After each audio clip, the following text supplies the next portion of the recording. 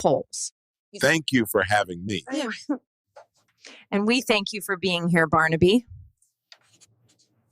Welcome back to the Deep Dive. Our mission, as always, is taking complex stuff, boiling it down, and giving you the strategy you need.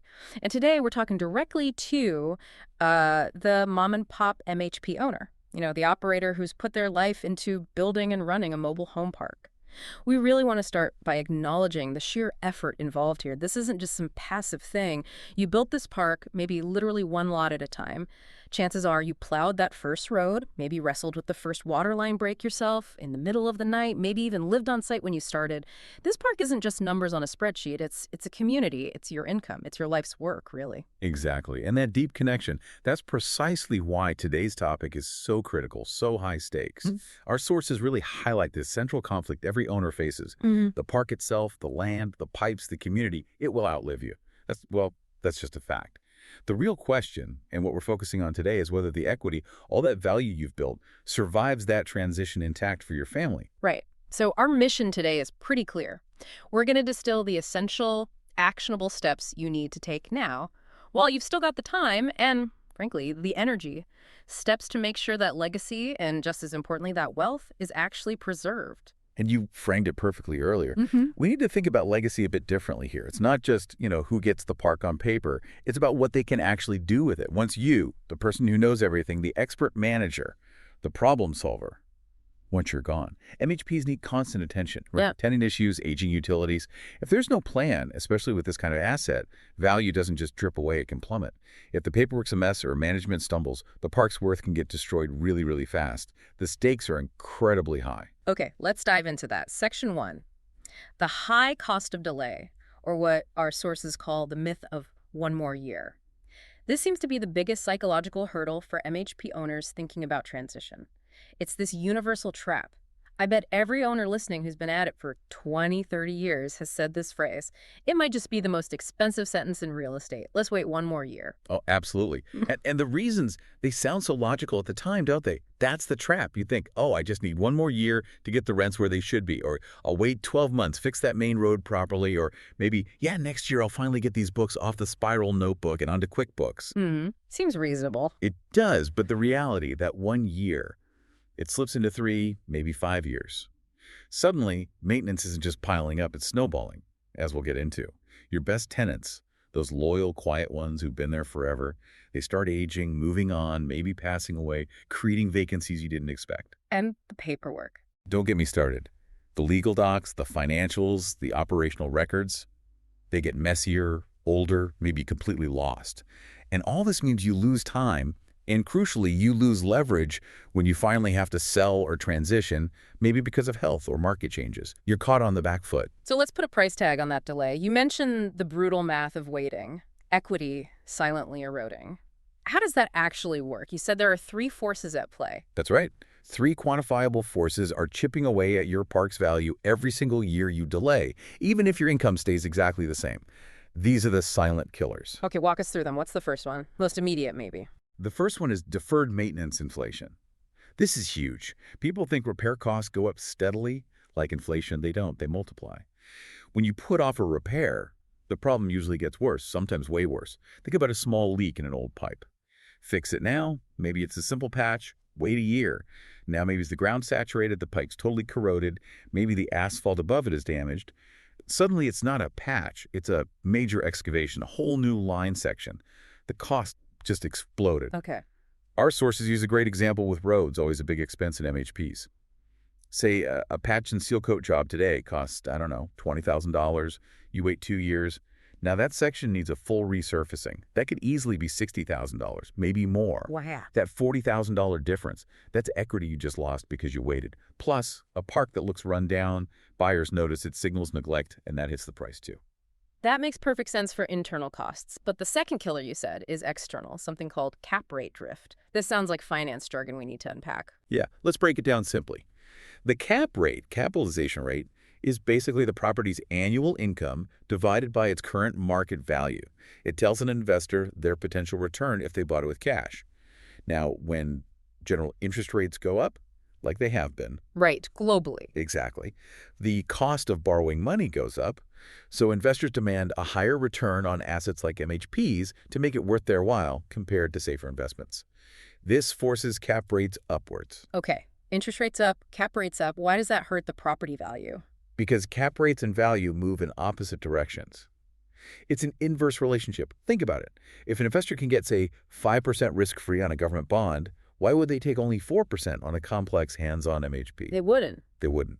They need a Right. bigger return to justify the risk and effort.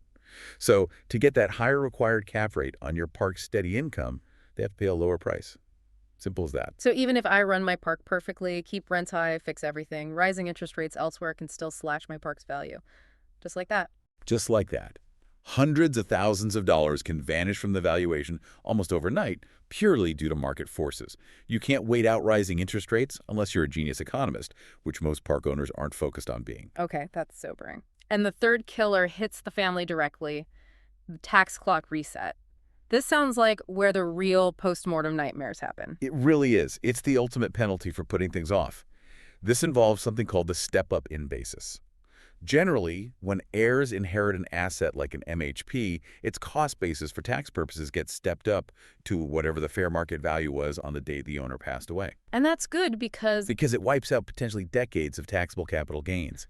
If you bought the park for $100,000 and it's worth $1 million when you pass, that $900,000 gain could potentially be inherited tax-free at the federal level, saving the family a fortune when they eventually sell.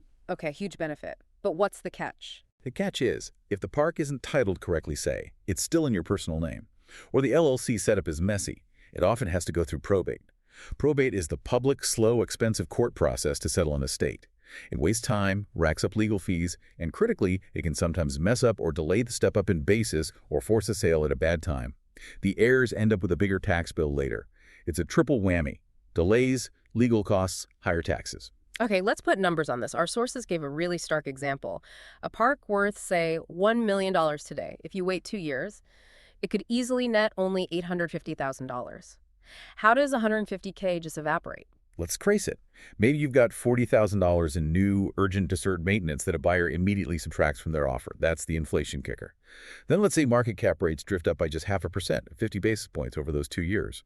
On a $1 million park, even with the same income, that cap rate shift alone could easily knock another $110,000 off the market valuation. So $40K plus $110, there's your $150,000 gone. Yeah.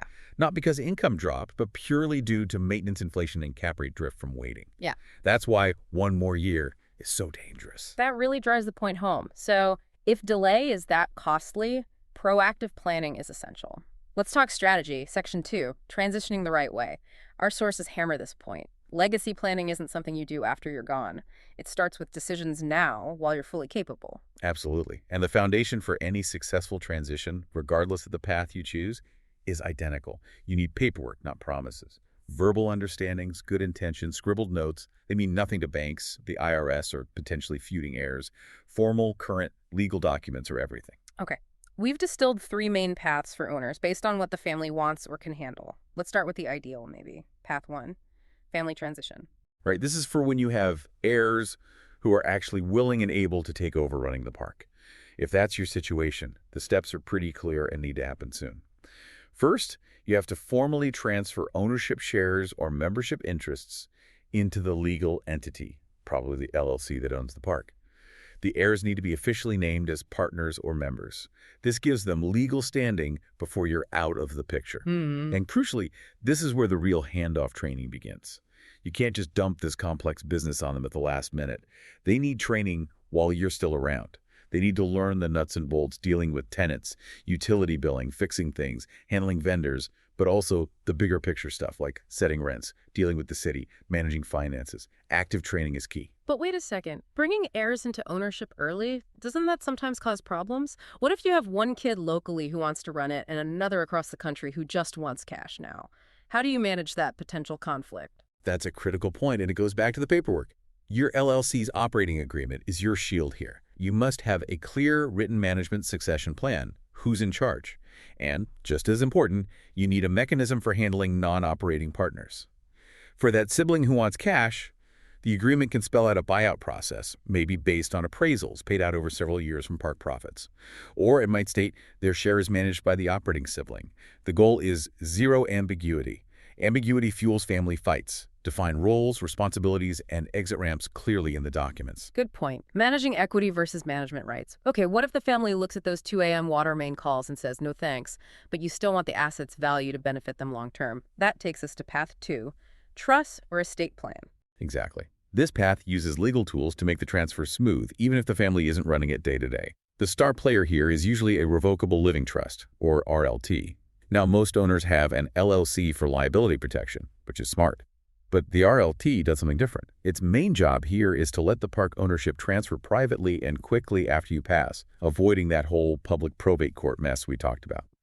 Because the trust legally owns the park, or the LLC membership interests, when you're gone, the trust document itself dictates what happens next, according to your instructions. No court approval needed for basic operation or transition steps. That sounds like a fantastic tool for peace of mind. Is there a catch? What's the common mistake people make with trusts? The biggest potential pitfall is the successor trustee. That's the person or entity you name to take over managing the trust assets when you can no longer do it. The trust is only as good as the successor trustee you pick. You might choose a trusted family lawyer or your responsible cousin. Great people, maybe. But if they understand finance but know zero about running an MHP, tenant issues, septic systems, local permits, they're going to struggle. They'll likely hire expensive consultants or make costly mistakes. Precisely. They might overpay for repairs, hire the wrong manager, and the park's value could decline while they're just trying to figure things out. Selection is crucial. You need someone operationally savvy or who knows how to find that expertise quickly. And another key thing, often missed, the trust has to be funded. You need to actually retitle the park's deed or the LLC membership into the name of the trust. Also, update insurance policies, tax records, state filings. Everything needs to list the trust correctly. An empty trust is just expensive paper. Got it. Fund the trust. Okay, finally, path 3, the strategic sale. Let's be honest, a lot of kids see the hard work involved and just aren't interested. If that's the case, selling before your capacity starts to fade seems vital. Absolutely critical. Trying to sell when you're facing health issues or cognitive decline often means selling a park that's already started to slip, maybe under pressure. That leads to fire sale prices. Selling proactively means you clean up the books, fix that deferred maintenance while you're still sharp, and present a well-run operation to the market. That's how you maximize the value you've built.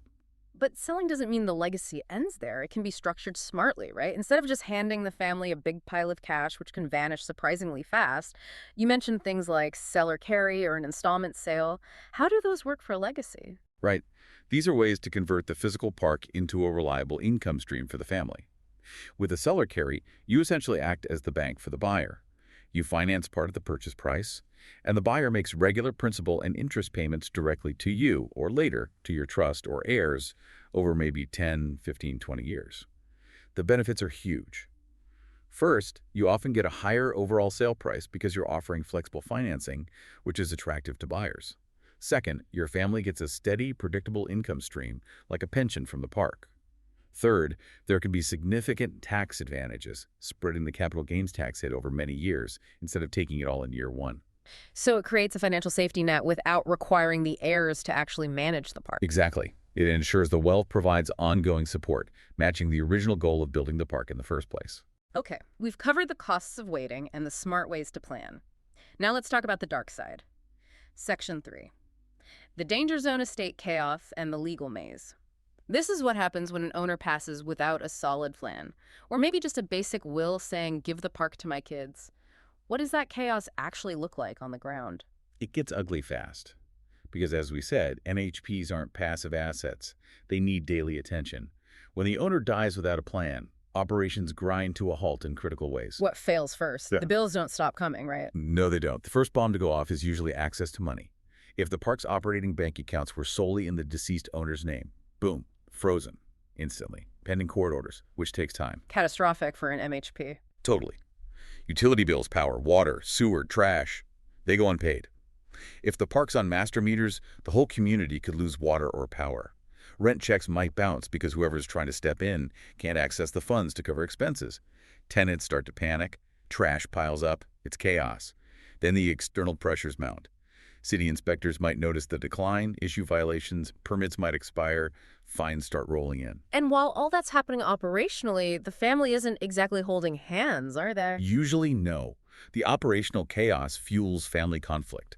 You might have one kid nearby trying desperately to keep things afloat, feeling overwhelmed and resentful. Other siblings, maybe further removed, might be demanding, "Sell it now, I want my inheritance money." The emotional pull to keep Dad's dream alive, even if nobody knows how, clashes hard with the financial reality of a rapidly deteriorating asset. So while they argue, and the lawyers maybe get involved, and things stall in probate court, the park's value just bleeds away. Every missed rent payment, every broken pipe that doesn't get fixed, every management blunder, it all erodes value. The park is running, sort of, but nobody's really steering the ship. Which brings us back to your earlier point. The focus needs to shift from just fixing the physical stuff, the roads and pipes. To legal maintenance. That's why we use the phrase paperwork is the new pavement, because clean, organized, current legal paperwork, that's the actual foundation of the asset's value today. Without it, the physical park can't be sold, financed, or even properly managed by the next generation. That analogy must really hit home for MHP owners. We all know a buyer pays more for fresh asphalt. But you're saying clean title, organized books, a current LLC, that's just as crucial for value. Absolutely. It's what keeps the deal machine running. Think about what heirs often find or can't find. Maybe the LLC's annual reports haven't been filed with the state for 3 years. What happens then? In some states, the LLC could be administratively dissolved. That could potentially pierce the corporate veil, meaning the liability protection vanishes, and suddenly business debts or lawsuits could hit the family's personal assets. Huge risk. Or maybe the park's employer identification number, the EIN from the IRS, is still tied only to the deceased owner. Payroll stops. You can't pay the manager or maintenance crew legally. Or the insurance policy. Still list the deceased owner or the old company name before the LLC was formed. A major claim happens, a fire, a storm, and the insurance company could potentially deny coverage because the named insured is wrong. Nightmare scenarios. These aren't just small headaches, they're deal breakers. A buyer or even a family member trying to take over smoothly gets stuck. They can't move forward until this mess is untangled, which means months and potentially tens of thousands in legal fees. That's the stark reality. If the paperwork isn't clean, current, and organized, your heirs don't inherit a legacy. They inherit a legal maze. The value you built gets lost in bureaucracy, not in neglect of the physical park. You just can't pave over bad paperwork. Okay, enough horror stories. Let's focus on the fix. Section 4. Actionable clarity. How do owners avoid this maze and protect their value? You're saying whether the plan is family transfer or an external sale, every owner needs to do their own pre-sale due diligence right now, like an internal audit. Exactly. It transforms the park from that potential time bomb into a prepared, buttoned-up, valuable asset. Yeah. We've boiled it down to 6 essential checklist items, things that cost way more to fix in a crisis. Let's walk through them. Number 1, review and confirm the legal ownership structure. Why is checking that LLC status so important now? Because if that park is still somehow in your personal name, you are playing with fire. One bad accident, one environmental issue on the property, and a lawsuit could wipe out your personal savings, your house, everything. Getting it into a properly maintained LLC is step 0 for protecting yourself and making it transferable. Makes sense. Number 2, update all current leases and ensure rent rolls are accurate and easily accessible. Sounds basic, but why is this so critical? Because income is value in commercial real estate.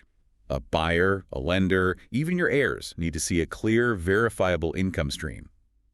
If your leases are old, maybe just verbal month-to-month agreements. Or if your rent roll doesn't match the actual bank deposits. Red flags everywhere. Big time. A buyer's lender will slash the valuation or demand huge escrow holdbacks. Accurate, signed, current leases are the proof of income. Proof of income equals value. Simple as that. Okay. Number 3, confirm all insurance, taxes, and permits are current and properly filed. The compliance check. Yeah, any non-compliance here can stop a sale dead in its tracks. Are property taxes paid up? Are your operating permits, water system, septic, whatever the county requires current? Expired permits or tax liens scream problem property to a buyer. They'll walk away or lowball you severely. Number 4, fix deferred maintenance immediately. We know it compounds. Yes, and fixing it now does 2 things. It costs less, as we discussed, but it also shows active management. A park that looks cared for commands a higher price and gives everyone, buyers, heirs, lenders, confidence. Don't let the $20,000 patch turn into the $60,000 pavement failure. Fix it now. Number 5, record and document utility line maps. This sounds like a detail, but you're saying it's crucial. Oh, it's huge, especially in older parks. Where are the water lines? Sewer lines, electric. You need maps, clear documentation. If a main breaks, the new owner or your heirs shouldn't be playing battleship digging random expensive trenches trying to find the pipe. Missing maps mean delays, huge repair bills, operational chaos. Good maps are a massive value add and risk reducer. Definitely see that. And the last one, number 6, organized financial records. What does organized mean here? It means having clear, easy-to-read profit and loss statements, P&Ls, balance sheets, and records of major repairs or capital expenditures for at least the last 3 years. Preferably in accounting software like QuickBooks, not shoeboxes full of receipts. Banks and buyers need to understand the park's financial story quickly and clearly, separate from your personal finances. Clean books, speed up due diligence, reduce perceived risk, and support a higher price. Okay, tackle those 6 items. Legal structure, leases, rent roll, compliance, maintenance, utility maps, and financials. That gets the park ready. It transitions it from a potential burden into a blessing, a clean asset. And that readiness leads us to the ultimate gut check, what we're calling the ear test. This is the tough question every owner listening needs to ask themselves, honestly. Looking at your park, your systems, your documents right now, could your family, your chosen heirs or successor trustees step in tomorrow and run this park successfully, based only on what's currently in place? If the honest answer is no, then you don't really have a park that's ready for the future. You've got a time bomb ticking away. Eventually, the market or health or family conflict will force a messy, likely less valuable outcome. But let's be realistic. What do the heirs actually need? They don't need to be you, right? They don't need 30 years of experience overnight. Exactly. They don't need operational genius handed to them. What they absolutely fundamentally require is clear instructions. They need to know where the key documents are, who the reliable plumber is, what the legal entity is called, how the bills get paid. If they're left scrambling, digging through boxes, trying to figure out which valve shuts off water to which section, you haven't left them wealth. You've left them a confusing, stressful mess. After the core legacy principle isn't about perfection, it's about clarity. That's it. The best legacy is clarity, not confusion. A legacy without a clear plan. That's just, well, it's a mess with better intentions. Okay, before we wrap this up, we have to touch on the emotional side. Section 5, the emotional reality and the handoff. Selling or transitioning a park you've poured your life into. Our sources are clear. This is incredibly hard for mom and pop owners. It's often like selling a part of yourself. Your routine, your identity, your community ties, all wrapped up in that piece of land. It truly is. It's the ultimate test of separating business strategy from personal feelings. You mentioned earlier, maybe the owner lived in Lot 1 when it all started. That kind of deep connection is powerful, but it's also dangerous if it leads to that one more year syndrome indefinitely. Holding on too long, watching the park decline because you can't keep up anymore, or letting the lack of a plan cause fights among your kids that can actually destroy the very value and security you worked so hard to build. It negates the whole purpose. Right, you built it for security, for legacy. But if holding on means it falls apart or tears the family apart, you've undermined your own work. So the message is, you have to find a way to let go strategically, before circumstances force your hand in a bad way. Yes. You have to make the decision to hand it off successfully, whether to family, a trust, or a buyer before the parts condition, or legal issues, or your own health makes the decision for you, almost always on worse terms. That's why the true definition of legacy here isn't about just holding on to the asset. It's fundamentally about handing it off well, with clarity and preparedness. That successful handoff is what ensures the wealth lasts and the community remains stable. That's the real legacy. Okay, let's bring this deep dive home. We started with a core truth. The park will outlive you. That's not changing. But whether the equity survives that transition, that's a direct result of conscious choices and actions you take today. So the final takeaways are pretty straightforward. Decide now on your path, family, trust, or sale. Get the structure right. Use LLCs for protection, RLTs to avoid probate, and document everything. Leases, finances, and yes, even where those darn sewer lines are buried. And maybe one final thought to leave you with. It connects all those tedious tasks back to the real goal. When you look at that checklist, filing the LOC report, updating tenant files, mapping pipes, it can feel like boring administrative drudgery. But here's the thing. The greatest gift you can leave your family isn't just the park itself. It's the clarity. It's the ease of transition. It's the lack of conflict that comes from a well-organized, complete plan. That foresight, that planning, it protects more than just equity. It protects family harmony. And that's a legacy worth working for.